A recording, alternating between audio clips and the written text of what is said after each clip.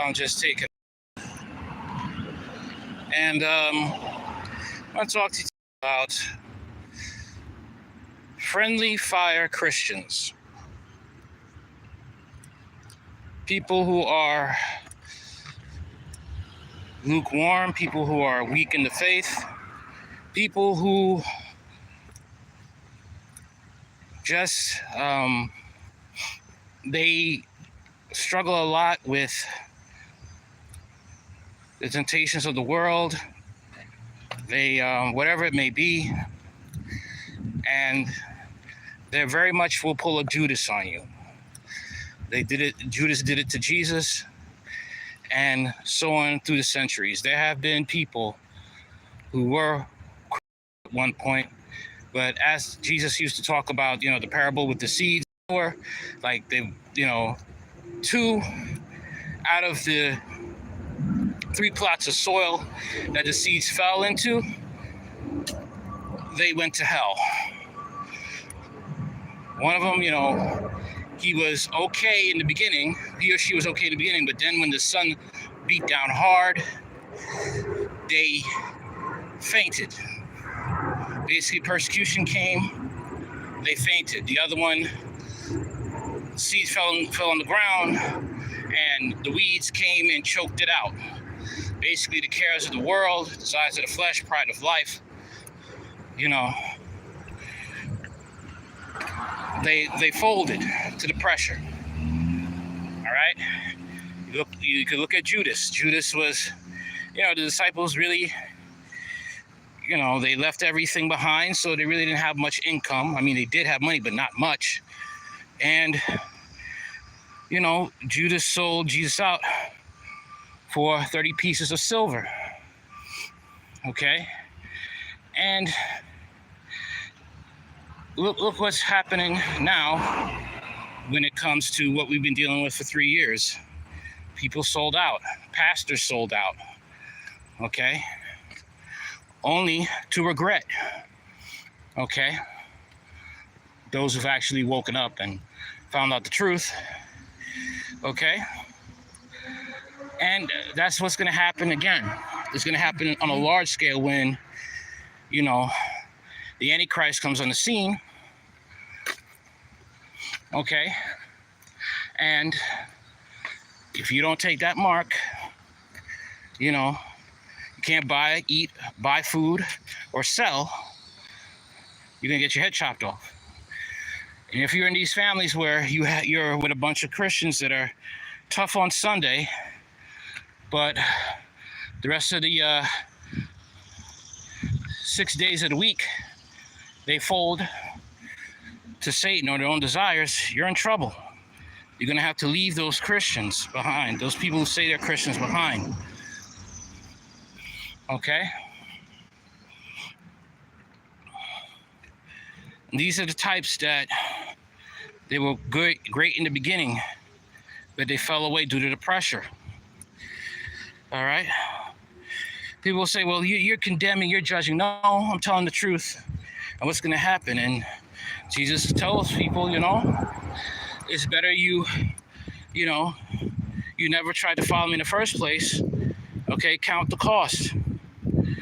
And a lot of times when you say these things, the hard teachings of Jesus, people unsubscribe, or they don't want to listen to you no more. They don't want to be your friends in real life. They say you're unloving and you're mean and you're judgmental. But it's pretty much flat out there, What are you going to do? That's basically it. Are you going to, stay for the long haul? Or are you going to fold when the opportunity arises? Because the Bible did say that people are going to turn on each other, father against son, son against father, mother against daughter, daughter against mother, nation against nation. He didn't come to bring peace, but he came to bring a sword. All right? And what great way for people to start hating each other if you have people that are not going to fold to a satanic government. What great way to test people out to see if they're really for you is to have them see if they're going to stay with you even when their food is on the line, or they can't buy anything to eat, or they can't find a place to live. Are they still going to be faithful to me in those times? That's what Jesus is looking for. Hey, the road is hard. He never lied about that. Pastors will lie to you about that. Okay? A lot of these snake oil salesmen will lie to you about that. T.D. Jakes, Joel Osteen, and many others. Many of them will tell you that, we're going to be raptured out of here. It's kind of hard to believe that when the Bible says that the judgment starts at the house of the Lord. Who is the house of the Lord? The church. Church is not a building. Church are the born-again believers in Jesus Christ. All right? And you will have those who will turn you. They will do a Judas on you. All right? They'll tell you either do what the Antichrist says or follow this alien delusion, or we're not together anymore. Okay? You won't be able to see your kids anymore, or something of that nature. You're out the house, you're out the family. You're too legalistic, you judge too much. This is what's coming. Okay? And people don't like to hear that, but it's the truth. That's why, I mean, I'm all for going to fellowship. It's just the thing is, like, you have to really make sure these churches you go to actually do tell you the truth, even if you don't like it. Hey, sound doctrine hurts, man. It hurts. Okay? And it'll put you in the target of a Judas. But if you see the Judas, cut him off. Okay? The Bible even talks about that. Okay? You're not even to eat with adulterers. You're not supposed to eat with people who say they're Christian, but they do it, but their actions prove otherwise. It's really strict.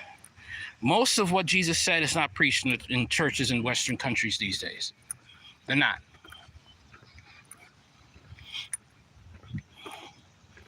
Everything from remarriage after divorce is adultery. That's not preached in the church, most of all. In most churches. I'm not going to say all. Okay. Well, what if I found out that, I'm in adultery after getting born again? You're going to have to leave it. I have property. You're going to leave that. You're going to have to. And there'll be Judases among you who will tell you that's a lie. That's not true. God knows my heart. Yeah, God knows your heart. God knows you're sinful. God knows you're putting an idol before him. But what are you going to do, man? Because hell is a long time. And you do get tortured down there. There have been many, many testimonies. I just listened to one yesterday. Person died in adultery, married to another man's spouse, in hell, getting tortured. All right? So, and some Judas probably pastor told him that it's okay to stay married to another man's wife. All right? There are so many people pulling a Judas on Jesus. Pulling a Judas daily. Leading people to hell. All right? Friendly fire Christians. That's all I got to say for now. Peace and God bless.